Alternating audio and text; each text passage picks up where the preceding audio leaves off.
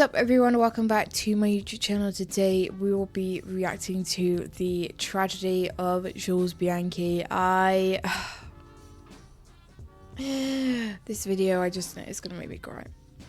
I can't do it. I mean, I started watching F1 in 2017, but as my favorite driver, or my favorite team anyway, is Ferrari, and my second favorite driver is Charles Leclerc.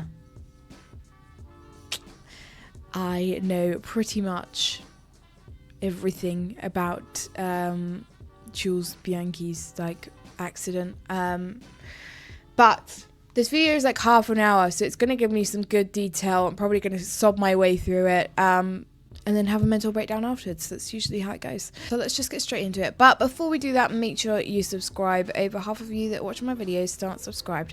Just hit the bell, it takes 2 seconds. And if you'd like to become a member on this channel and receive exclusive perks, you can also do it by hitting the join button down below. You've had a very impressive season and a half in Formula One.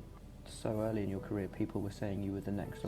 It's not like when I cried over Dale for NASCAR, because I didn't really watch NASCAR then. F1 is everything to me, so even just seeing him sat there, I'm going to start sobbing. For Jules Bianchi, the answer to that question started. The fact that they named him Ferrari's prospect. The Marussia Formula One team had only really come into existence in 2012, when Richard Branson realized that he had no idea what the he'd gotten into just 2 years prior. They had Timo Glock and Charles Pic as their drivers for 2012, and they were a fairly solid driver combination, so solid in fact that for 2013, they were both let go. I was going to say, I don't know who either of them are. Driving alongside Chilton in Formula One for 2013 was, of course, Luis Razia. Oh. Wait, who? Yeah, I was going to say, Jules? Brazilian driver who had been running around in junior racing for... I thought that was where that was going. This meant that Razia would not race for the team in 2013. This meant that Marussia were now in search of another driver. Oh, so now he's going to come in. There he is. What resulted from this was a long-term contract with the Ferrari Formula One team and the distinction of being the first recruit of the Ferrari Driver Academy. For 2011, he was the test and reserve driver for Ferrari, and in 2012, he drove in 9 practice sessions with Force India, whilst being that team's test and reserve driver as well. He was actually set to join the grid as a full-time driver. Wow, he was just completing so many side quests. The Monaco Grand Prix is the jewel in Formula One's crown. Yep. If you can perform well here, people will remember you. Although, for Jules, things didn't get off to the best of starts. Oh, he no. couldn't complete a lap in qualifying, and on the formation lap, his electronics also went on strike and wouldn't allow His electronics went on strike. his heroic performance in Belgium, where he got into the second part of qualifying in a freaking Marussia. The Caterham of Guido van der Garde was there, ahead of him, and in the race too. It was clear that the Caterhams had moved ahead of Marussia in terms of pure pace. Oh, And then in that's Singapore, not good. Did it change? Oh, no, he was okay. beaten in the race by his Disaster. teammate, Max Chilton. Oh, that's His not mortal good. souls would not bear the embarrassment. It was a struggle to stay with the Caterhams, and right now, Jules' 13th place finish in Malaysia was the only thing that was keeping Marussia ahead in the constructors' standings. Caterham were getting uncomfortably close to beating that. Oh, no. Are things going to change? At the Not Japanese Japan. Grand Prix, Bianchi's race was over before it really began. He and Van der Garde colliding at the first corner and taking them both out of the race. A year before. Marussia did beat Caterham in the constructors' standings, and Did of he? those drivers, Bianchi finished on top of all of them in the drivers' standings. Wow. For these efforts, Jules was awarded Rookie of the Oh, Year look how at the smart he Autosport looks there. Awards. All things considered, this was a very successful season. Very impressive, given how rubbish the Marussia was. He has so many similarities to Charles, like it's just insane. Sure, the Silver Arrows war between Sir Lewis Hamilton and Nico Rosberg slapped that year, but the battle between Kamui Kobayashi of Caterham and Jules Bianchi of Marussia was going to be I was going to say 2014 was also the beginning of the Civil War, wasn't it? everyone in their teams, the futures of the teams themselves. A lot was on the line here. Yeah, that's a lot of pressure and weight on your shoulders. To know that if you don't perform, the team is on the brink of shutting down. Monaco. Did he do well this time around? On Sunday, they lined up on the grid, with some drivers at the back having moved forward after Maldonado's car elected to finish the race for him. In that bunch was Jules. He might have been at the back, but what he did have was 78 laps to make everything right. Yeah. 78 laps to prove his worth. Then this happened. But then, I thought there was a bit of hope here. If Kamui kept his nose clean, he was certain to improve, and if he did, it would likely put Caterham ahead of Marussia in the constructors' standing. Yeah, that's not good. And in that one moment of complacency, in that one instance of an open door, Bianchi... Oh, I've seen that. Oh, that overtake's incredible. I've seen that clip so many times and it never gets old. But to actually get points would be considered a drive worthy of a god. And here was Bianchi, close, so freaking close to making the impossible possible. Did he do it? I don't know. This video is giving me trust issues. Every time I think there's a bit of hope, then something happens. Gutierrez hit the inside barrier and spun. It moved Jules up into 10th place. Did There was it? still a while to go in this race, but it was now getting very, very real. Was it enough? I'm on the edge of my seat here. 9th! Why did I just suddenly get goosebumps? He freaking did it. Jules Bianchi had scored points in a Marussia. Around this, the most demanding race. Why is that going to make me cry? This wasn't in the script. None of it was. Jules was a hero to everyone in the motor racing world, to everyone in the Principality of Monaco, and to all his friends and family, including his godson, who himself was an aspiring racing driver. This was incredible. Amazing. Seeing that picture of them together is actually going to make me cry. I can feel the tears in my eyes. That's not good. Germany was a good race from the lads. Was a little it? bit anonymous, but still, a solid day out. But that wasn't what most remember from that race. What we remembered was happened? this. Marshals running across a live racetrack to Why were they doing that?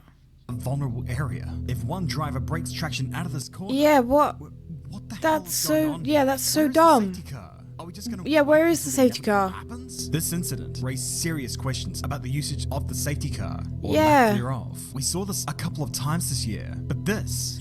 I was going to say, some of these incidents that I've been showing during this video, surely they've needed a safety car.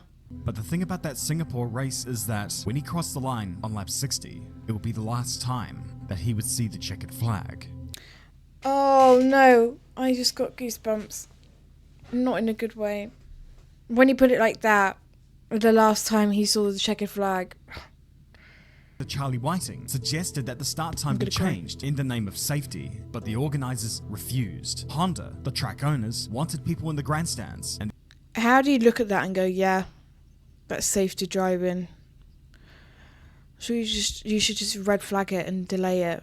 they reasoned. The safety car led them away for the first lap. Under yellow flag conditions, the race Jesus Christ, how do you even see where you're going? Oh my god, I know it's coming up and I don't want to watch it. Once it's happy, that's all that matters, right? Once drivers started spinning off at slow speed, the race was red flagged. On Thank you.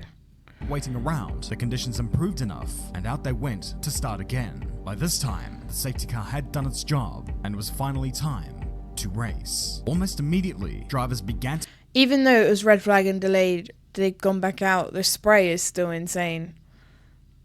He's sat in third. And then it started to rain again. It started to rain hard, and it was beginning to catch drivers out. On lap 40, Adrian Sutil spun off at Dunlop and smacked into the barriers. He spun off in almost the exact same place as Sutil did. But when his car finally reached the outer edges of the gravel trap, there was a JCB right in his path. He collided with the tractor with a collision so fierce, it lifted it off the ground. The team radioed Jules to ask if he was okay.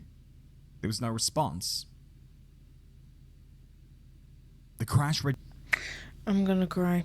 time the marshals reached him, it was clear that the head injuries were severe. The race was stopped. This time, it was final. Jules was taken via ambulance to a local medical center. It was soon confirmed that he had diffuse axonal injury and had undergone an operation to reduce severe cranial bleeding in the intensive care unit. He remained in a critical but stable condition on a ventilator in Japan. All around the world, support reigned for Jules, both within the motor racing world Stop. This is too much for me. On everyone's lips. In November, he emerged from his induced coma and was able to breathe unaided and was transferred back to his hometown of Nice. It gave a lot of us hope that his condition would improve. Yeah. But it wouldn't improve. Oh. On the 17th of June, 2015, Jules was gone. It wasn't just that we lost a great racing driver, we had lost Not the helmets in the middle. another young driver who was universally liked and had all the talent in the world, but was taken away far too soon. Yeah. Marussia struggled on for one more race before folding altogether. They would eventually be rebranded to Manor Racing, and they had finished ahead of Sauber and Caterham in the Constructors' Championship, their best ever finish, but at a terrible cost. The number 17 was retired in his honor, and Ferrari confirmed that Jules had been chosen for the future. For the last 2 years, he had proven that he was. Oh. And while he never got that race seat at Ferrari, his godson did. Charles Leclerc drives on with the aim of completing the dream. And the fact that Charles still says that he's doing it for him, I can't. His legacy lives on forever. It's been nearly 10 years, but he's still there. Yeah, he's still there.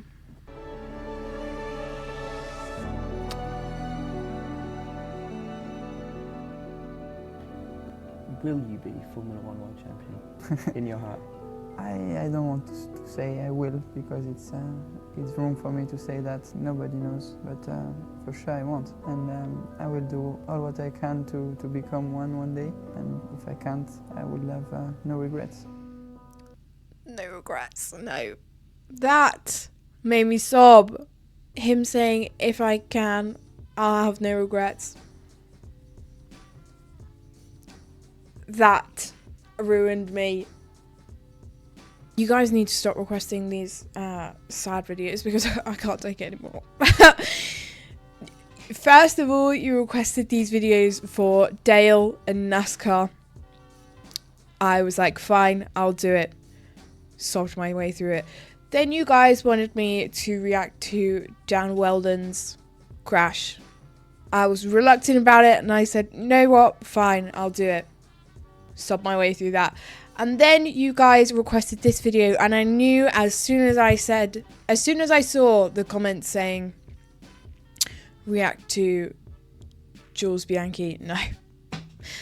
I was just crying at the comments already without even seeing any videos, because even though I wasn't watching F1 when he was racing, everyone knows about him, and Ferrari being my favourite team and Charles being my second favourite driver, it's really sad. And so watching that video, it's made me really sad.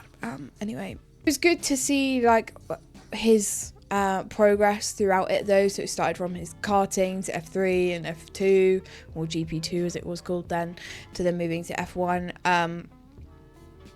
So that was nice to see. So I did learn a bit there.